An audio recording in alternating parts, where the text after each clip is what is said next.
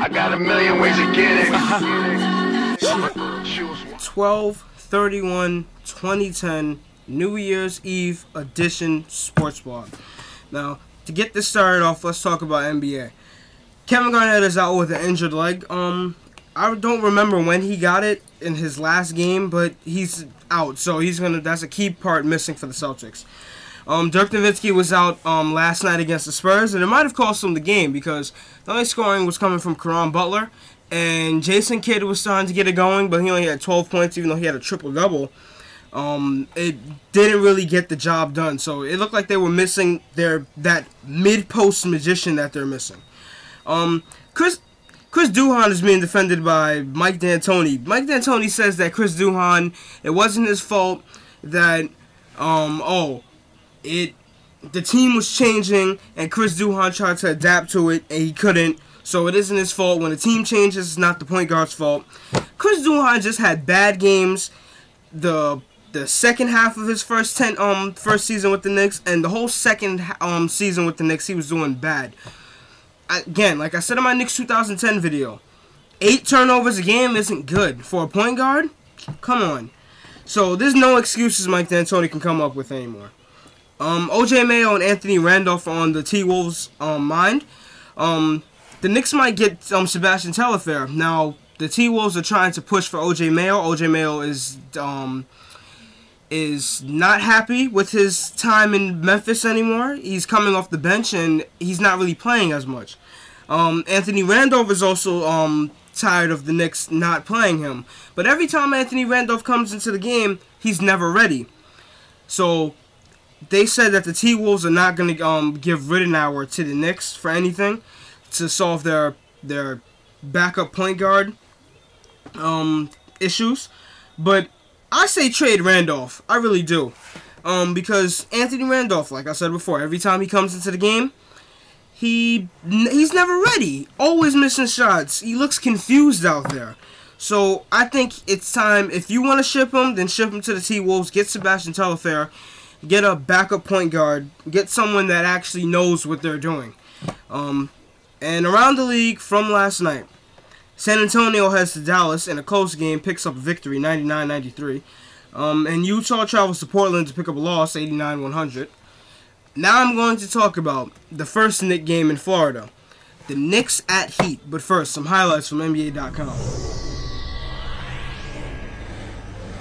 The Miami Heat have won 6 straight games against the New York Knicks. Tonight they're meeting up in South Beach. There's LeBron having fun before the game, but the Knicks brought some of their crowd to Spike Lee in attendance.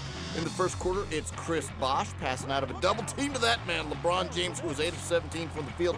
Miami up 11-9 early. Then it's Dwayne Wade going behind his back to Zydrunas Ilgauskas, who just blew up in the first quarter. There's a little offensive rebound and a putback one more time. How about some Z inside, getting the tip in? Ilgauskas had 9 rebounds in the first quarter. That's the most boards in a quarter this season for the Heat. There's Dwayne Wade flying high, just tearing out of there on the defense. Nobody tracks him down, 13 of 28 from the field. LeBron finds D-Wade one more time, and check the replay. Flying high like MJ on that one. LeBron had 8 assists on the night. The Heat up by 15. We move it to the third quarter, and Raymond Felton kind of gets tackled out there, then just tosses up an alley-oop. Wilson Chandler goes and gets it, throws it down. He had 21 points. Heads-up play from Felton there. Miami's lead down to 8:57-49. Then it's Amari Stoudemire working on Big Z, and Z can't keep up with Amari out there. Right around him, lays it in, and gets fouled. 10 of 23 from the field. Miami up 61-53. Then it's Stoudemire one more time. This time he misses, though, and D-Wade racing out the other way. Nobody's going to stop him. He had a season-high 40 points. Miami up 65-55. How did Chris Bosh do? He did just fine, thank you very much. 18 points and 10 boards. That's a double-double. Also a little defense from Miami. That's Joel Anthony with the block, and LeBron going 1-on-3. It doesn't matter. Nobody can stop him, just like Bosh. He had 18 points and 10 rebounds, just 2 assists shy of a triple-double, but back come the Knicks. Tony Douglas in the corner does the tough part. He hits the three-pointer. He missed the free throw, though. He had 11 points. That cuts the lead to 11. Then it's Amari right over LeBron James. There's the video evidence to prove it. Amari, just a huge game for the Knicks. He had a team-high 30. The Knicks, Danilo Gallinari hitting the three. That cuts the lead down to 6. Raymond Felton racing out, missing the shot, but look who's there to tip it in. Amari Stoudemire one more time. And we got a 4-point game with 2 minutes to go. The Knicks putting up a fight, but just a little too much. Dwayne Wade knocking down a 3. Miami goes up by 6. Then it's LeBron driving in, taking things over down the stretch, hitting the layup.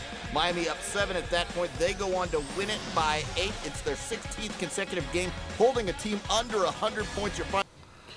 The video doesn't mention that Felton had 15 points and Gallo had 13 points. The keys for this game for the Knicks, they missed free throws. Landry Fields missed some clutch free throws from the three-point play. No, that was about to be a three-point play if he made the free throws. What happened was Landry Fields was fouled by Dwayne Wade, and when it mattered, and he missed all 3. No, he only made 1 free throw. He missed. The Knicks took too many threes. They were 7 of 24 from beyond the arc.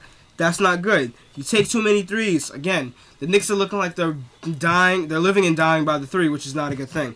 The Heat, they owned the glass yesterday. 50 rebounds. They had 56 points in the paint. And the Heat are really not a low post team. Zydrunas Ilgauskas had 14 points and 10 rebounds. He was the highlight of the first quarter, pretty much. And the Heat basically had a size advantage. Zydrunas Ilgauskas, Anthony, and other players were bigger than Amari Stoudemire, Ronnie Turiaf, and people like that. Wilson Chandler. So the Knicks at the get-go, they were outmatched because the Heat had a size advantage. But that's enough with that game. Now I'm going to talk about last night's Knick game. Knick at Magic game. But first, some highlights from NBA.com. Magic and Knicks at the new Amway Center, hooking up for the first time this year. The new look Magic looking for their 5th consecutive win. There's Amari Stoudemire, star high school baller in the Orlando area, in case you didn't know. Orlando hitting on all cylinders from the start in this one. There's Jameer Nelson to the cup, making it look easy. J.J. Redick getting in on the action as well. Gets the feed. Redick, pump fake. Baseline, Jamie, please. Why, thank you. He had 14 points on the night. On to the second quarter. Amari Stoudemire starting to wake up. He and Dwight Howard going back and forth in this one. That one goes down. Amari on the defensive end. Gilbert Arenas, no. Now go sit down. I'm sure that's what he's saying. Had a little extra to say, and the refs were on top of it. 39-32 game. Dwight Howard trying to post up. Amari called for his 3rd foul. Had to sit the rest of the half. So who would pick it up in his absence? That would be Wilson Chandler. Baseline. Bang. 10-point ball game. Orlando still on top. Dwight getting the feed down low. He be jamming. 24 points, 18 rebounds. His team took an 18-point lead into the break. In the third now, Amari's back, taking it right down the alley. Even Dwight wants no parts of that. Rocks the rim like nobody's business. 72-61. And it's Amari. Juggles it, misses the dunk, and that's not pretty basketball. Worth a second look. Not really worth the first look if you're a Knicks fan or an Amari fan. He'd like to forget about that. Chandler, meanwhile, finding his stroke. 29 points and 9 rebounds for him. Knicks within 6. Amari taking it right at Mr. Howard again. Gets the hoop and the harm. 30 points, 4 rebounds on the night for Amari. 4-point ball game, and it's Hedo Turkoglu. Yes, sir. From 3 land, 17 points for him. The Magic win their 5th in a row, 112-103. The video doesn't mention that Felton had 14 points. Even though he had a poor shooting night, he was 6 for 22. That's not good. Sean Williams had 15 points. He was 3 for 5 from 3. That's pretty good. Again, the Knicks missed free throws. That's why they lost last night. I don't know what's wrong with them, but they need to fix their free throw woes. And foul trouble. Amari Stoudemire had 5 fouls. Some of the fouls that they called on him weren't necessary. They could have just let them play. Dwight Howard also was in foul trouble too. He had 5 fouls, but they both played through it. So that's it with the Knicks. For the Magic, Ryan Anderson. I'm sorry, Ryan Anderson and Brandon Bass had 14 points, and they owned the glass as well. Again, the Magic kind of have the size advantage, or with Dwight Howard. The Magic owned the glass with 51 rebounds. The Knicks really couldn't get rebounds over people like Dwight Howard. One thing to mention, if I didn't mention it before, the Magic missed free throws as well. Preferably because of Dwight Howard, because everyone knows that Dwight Howard struggles from the line. But really, the Knicks need to get it going soon, hopefully, because their foul trouble and free throws is really messing with them, and poor shooting is really messing with them. They're not really utilizing too much ball movement. But that ends this last 2010 sports vlog. So hopefully everyone has a happy new year. So this is the BX Blower 12/31/2010 sports vlog. Signing out.